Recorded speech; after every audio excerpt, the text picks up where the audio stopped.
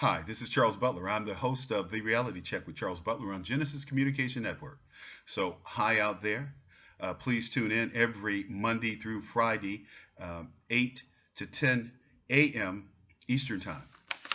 I'm sitting here and wanted to talk about this particular article. It's Andrea Merkel. Let's see, it's below the fold. So, Andrea Merkel is trying to stem the African migrants from coming into Europe, the blackening of Europe. See, it's okay to brown up Europe a little bit with the Muslims and the Arabs, but when you start talking about black people, we have a problem.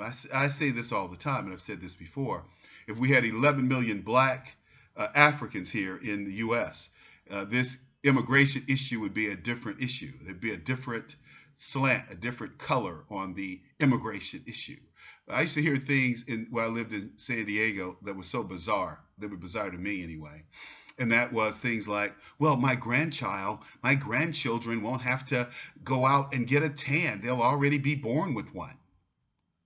Duh. They'll be born with a lot of other things. But one will be sure they won't have to go out and get a tan.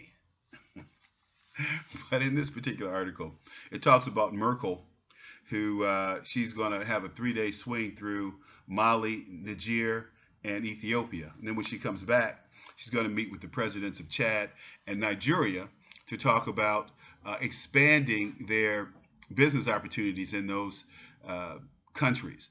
And the article points out that, and this was the Wall Street Journal, by the way, Friday, October 7th, which today is. They were just talking about how Germany hasn't taken advantage or hasn't participated in Africa like the French and the British. Duh. Do we forget World War II? Duh. Do we forget the Nazis? Duh. Do we forget Eastern Europe? Duh. Do we forget that the U.S. Propped up West Germany for what? From the 40s to the 90s, 50 years? Duh. It's amazing. It's amazing how these people get jobs writing. This person is Antoine Trevetsky or some crazy name. They have all these people who are putting out this garbage. The bottom line is the Germans were colonists in Africa, and they had a reputation of being the most brutal colonists in Africa. That was their reputation, behind the Belgians who owned the Congo, the Belgium Congo. That's what it was called when I was a kid, the Belgium Congo. And I wondered, how did Belgium get land in Africa? Took it, okay? But this was the deal, and nobody really talks about this. The Brits did not just arbitrarily give up their colonies in Africa or the Caribbean. They cut a deal with the countries and the colonists who went to fight in World War II against the Nazis. If these people fought with Britain, that they would give them their independence. So that's how the African colonies got their independence from Britain and France, and the Caribbean countries and the Asian countries. Okay? It wasn't out of the goodness of their heart. There were deals that were cut. Some people, especially the Ethiopians and people like that, feel they got the short end of the stick. They may have.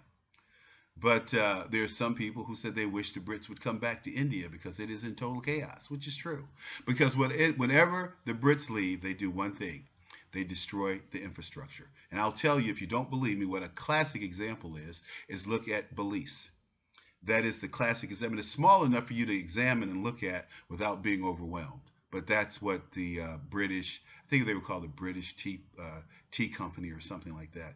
But anyway, that's what their, colonist arm was. But anyway, but I thought that was an interesting article because, the African migrants are making this long trip over sea and land to get to Calais and then to get to the UK where they will be British citizens. Not happening. Brits aren't having it, and I love it, and I love the Brits for it, and I love Brexit. I've always been a champion of Brexit and a champion of the British people, because I think that the UK should be for the British people, like I think America should be for Americans, not Africans, not Asians, not Mexicans, but Americans. And see, these people come here to America and they think that they can be here and have their own little enclaves. And I didn't. No, you can't. We're called Americans for a reason. It's because we believe in the same things. And Colin Kaepernick, I certainly understand what this young man thinks and how he feels. I feel the same way. But I love my country. And I love the flag, and I love singing the Star Spangled Banner, even though it was written by a racist, Francis Scott Key. Can't deny that, knowing the history of Francis Scott Key. But that's beside the point. It's the principle. It's the thought. It's what we aspire to be. And let me say this, we've come a very long way. I love this country, and I love its people. May God bless America. Get out and vote November 8th for the right candidate. And that he is certainly not a she. So, thanks for putting up with me. Charles Butler, you can always call our show, 800-259-5791, every morning, 8 to 10 Eastern Time. Thanks. Have a great weekend.